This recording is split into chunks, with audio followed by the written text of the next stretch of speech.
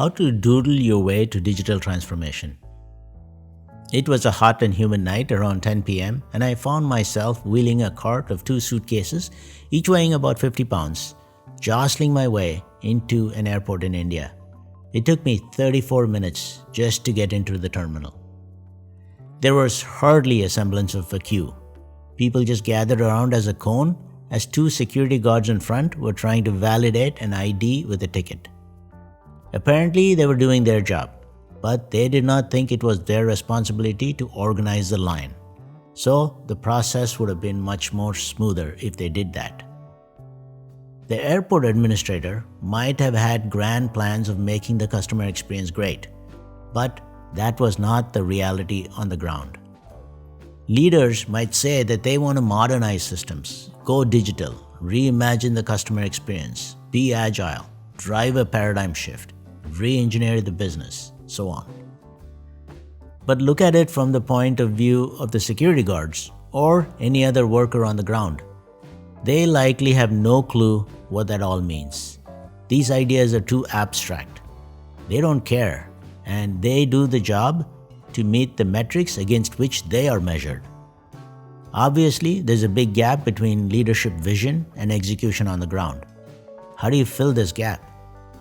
Architecture can play a significant role in bridging this gap. Let's use an analogy. Say you want to be healthier. You are the CEO, the architect, and the worker of that aspiration. As CEO, you set the vision to be healthier, but that's not enough.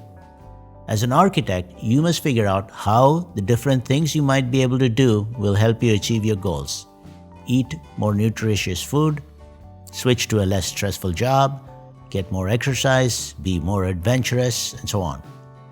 You figure out which ones matter most and how you can fit these actions in the context of your life. Finally, as a worker, you execute the specific tactics that you have decided to pursue, like eating better and exercising more. In large organizations, the CEO, the architect, and the worker are different people, so it's hard to change. What do? Good communication is critical to get the message across. Each should be able to understand the other using a shared language. But understanding is not enough.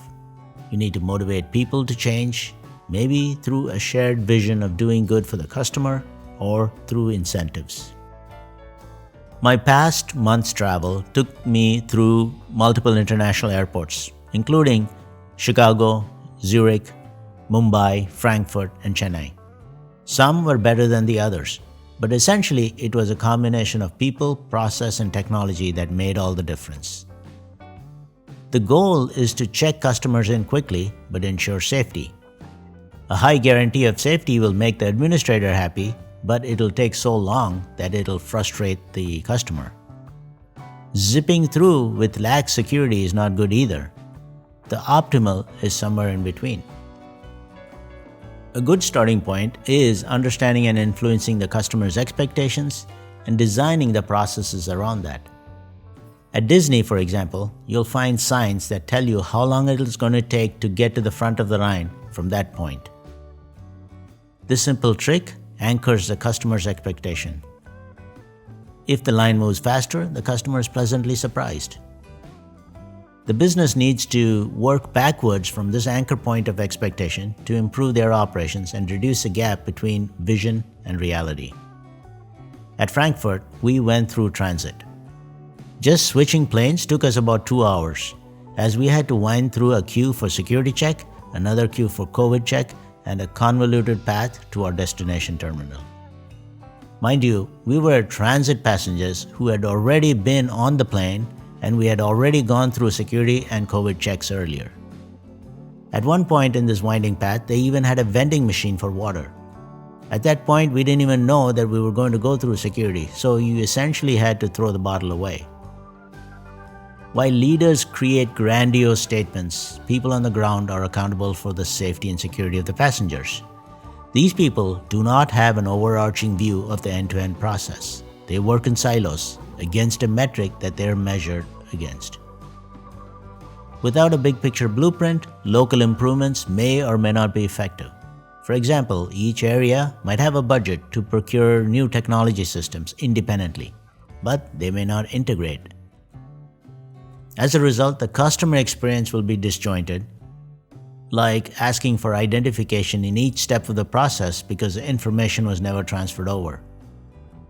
Each department, like check-in, security, immigration, customs, baggage claim, gate agent, and so on, did their jobs effectively, but still the overall process sucked. And then there's a question of accountability. Who's accountable for what? Sometimes nobody seems to be accountable for some parts of the process, such as forming the lines. Technology by itself will not solve the problem, even if that technology is artificial intelligence. They must be the right ones, integrated well into the business process. If you are in construction and you transport large volumes of parts, switching to a Tesla from a truck will not help, even though the Tesla is much more advanced. Earlier, I mentioned a blueprint. What form does this blueprint take? It doesn't have to be anything complicated. What I drew here is a simple blueprint that can help leaders understand their organization.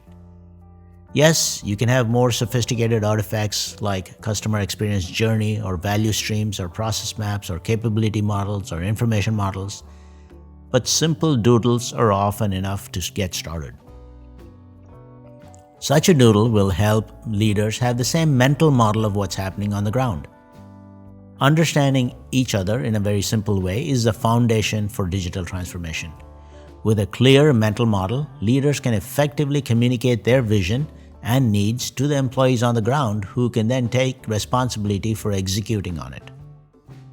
If you enjoyed watching this video, please consider subscribing. Sign up on my website for a one-page visual summary of this video. Thank you deeply for giving me the motivation to do what I do.